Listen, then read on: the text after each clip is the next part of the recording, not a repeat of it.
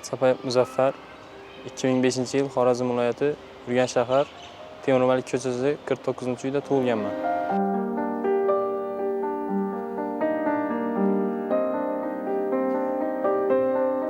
Oilada 4 ta farzandmiz.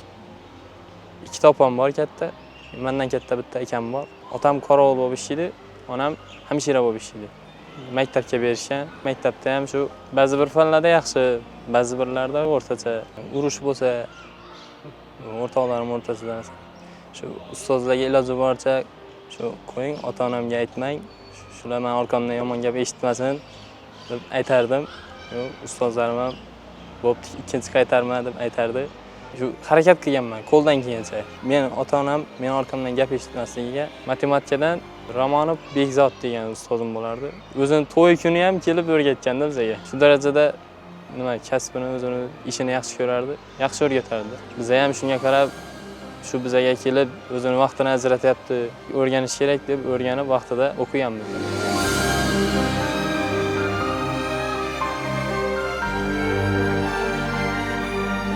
O'rta maktabni 11-sinfgacha o'qidim. Shu o'zim hunarim bo'yicha ketdim, duradyorman.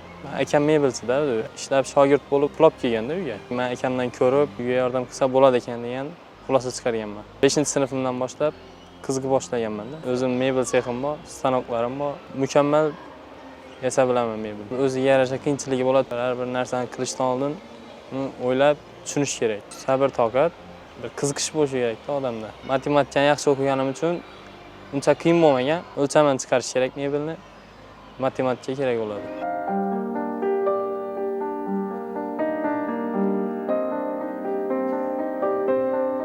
Muddatli harbiy xizmatga yoshligimdan qiziqaman-da o'zi. Bizda katta bog' bor edi-da. U aeroportning tagida edi-da. Kuzatuv minorasida. Soqchilar turardi, askarlar. Shularga qarab, shu yoshligimda qiziqqanman-da qarab. Undan tashqari o'zimni shu katta akam qiziqib 2014-yilda topshirgan.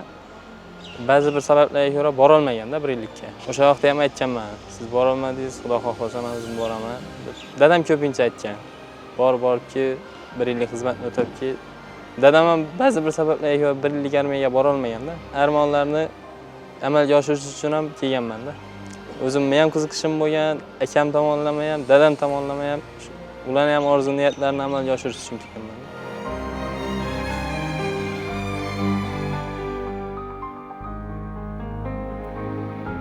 Chegarada xizmat qilaman deganman-da, qiziqqanman.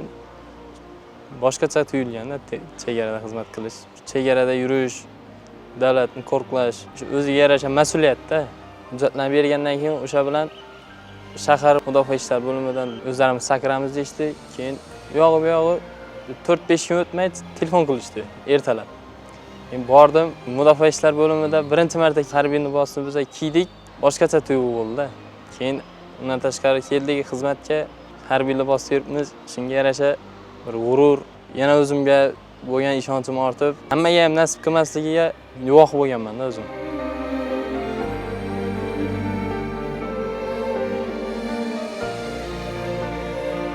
Harbiy xizmatga keldim, Qo'qonga. Kelgandan keyin baribir hech nimani bilmaymiz, o'ziga yarasha hayajon, oldimizdagi maqsadlarni o'ylab harakat qildik. O'zimiz serjantlarimizni, ofitserlarimizni o'rgatganlarini o'rgandik. Iloji boricha harakat qildik, xato qilmaslikka. Ularning gaplarini ikki qilmaslikka harakat qildik.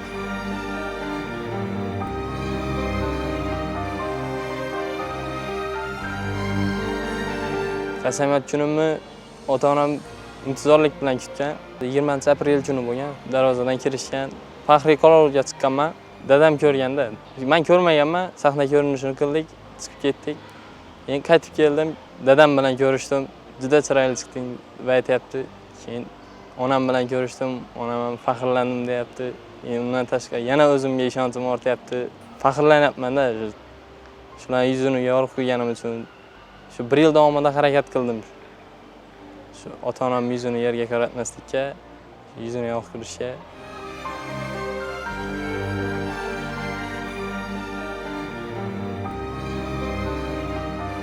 Shu vatanim uchun kerak bo'lsa o'zim jonimni berishga, shu vatanni sevishga, har qanday sharoitda chidashga, kuchli bo'lishga qasam qilganman-da. Qasamiyatimga sodiq bo'lish uchun to'g'ri xizmat qilyapman. Shu vaqtgacha hech kimdan ortiqcha gap ham eshitmadim. Xizmating noto'g'ri qilyapsan, to'g'ri yur degan gap bo'lmadi.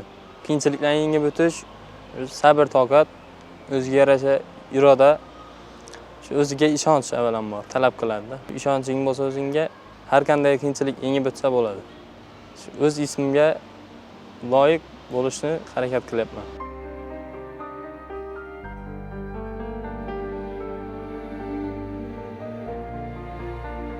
Hozirda shu harbiy jamoa kengashi raisiman. Harbiy jamoa kengashi raisi lider bo'lish kerak. U jamoani o'z orqasidan ergashtira olish kerak. Bu bilan birgalikda o'zini tuta olishi, harbiy ust-bosh kiyishi, harakatchanligi, har tomonlama o'rnak bo'la olish kerak. Bir qaror qabul qilishdan oldin o'ylash kerak. To'g'rimi, noto'g'rimi? 40 o'lsa bir kesdik-ku. Bitta o'zingga emas, hammaga manfaatli bo'lishi kerak. Bu o'zaro askarlar bilan muloqotda-da. Askarning tilini askar tushunadi.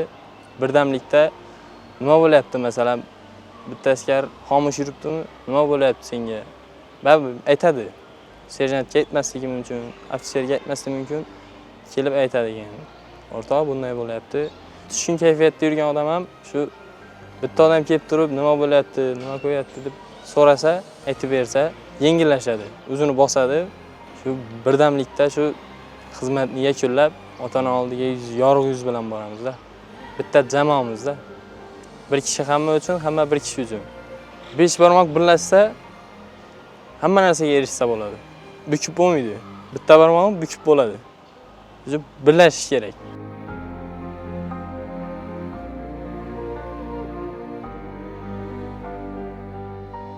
Yurtboshimiz Qurolli Kuchlar Oliy bosh qo'mondoni chegaradosh davlatlar bilan birdamlik siyosatini olib bormoqda. Biz ham shu birdamlikda, birjonlikda xizmat qilyapmiz. Tunda asosan xizmat qilayotganda qo'lda qurol bilan albatta men sergak va hushyor xizmat olib borsam, yurtimiz tinch bo'ladi.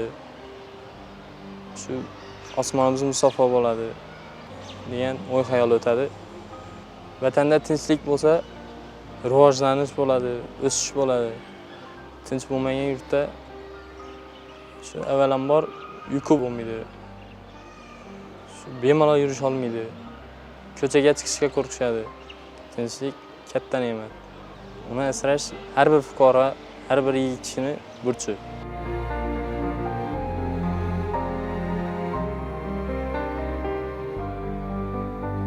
Harakat qilishni, shu intilishni onamdan o'rganganman-da. Onam bir yangilik qilmoqchi bo'lsa, shu maslahat qiladi-da. Men yoshim kichkina bo'lsa ham oilada kelib shunday qilamiz deb maslahat qiladi. Shu maslahatlarni sog'inch bo'ladi-da. Shular esga olib, o'sha his-tuyg'ular boshqacha. Armonlarni o'ldirish uchun sog'inchni chetga qo'yib turish kerak ekan. Shu sog'inganda qasamyodda tushgan rasmlarim bor edi. Albomlar bor. Shularni ko'rib, keyin yigitlik burchini ado qilish kerak degan maqsad shu, yana maqsad harakat qilib, yaxshi o'rganib ketdik. Birinchi navbatda o'zim xohlayman. Yuzim yorug' bo'lib, ota-onam shu yuzi yerga qaratmasdan borishni. Ular ham xohlaydi. Yuzini yorug' qilib borishimni. Telefon qilganimda dadam yonida do'sti, birodarlari bo'lsa, mana voyanniy telefon qilyapti deydi-da. Keyin gaplashaman. Yaxshimisan, yaxshi. Alohida gaplashadilar, boshqa joyga chiqib turib.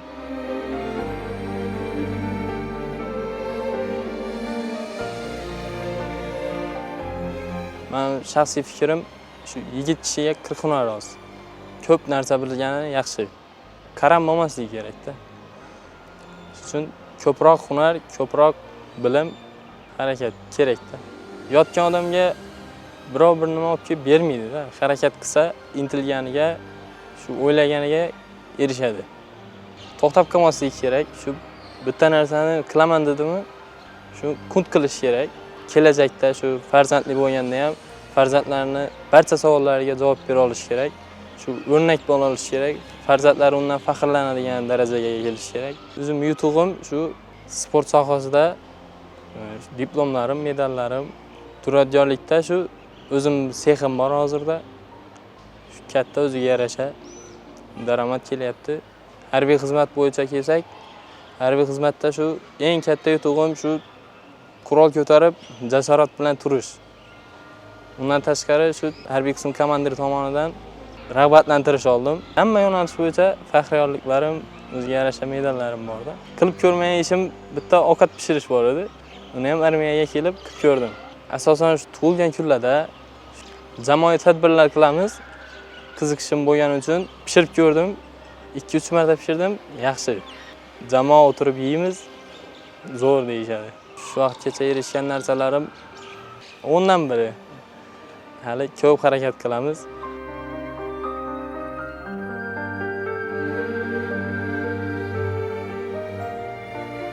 Maqsadlarim shu o'zim ustimda ishlash, harakat qilish. Kickboks sport turiga qiziqaman. Musobaqalarga borib 2 yil shug'ullanganman. Undan oldin Muay Thai bilan shug'ullanganman. Kickboksdan respublika bo'yicha musobaqa bo'lib o'tgan, 2-o'rinni olganman. Harbiy xizmatdan keyin shu sport bo'yicha o'qishga topshiraman. Sport bo'yicha ham ketaman. O'zim kasb hunarimni ham olib ketaman.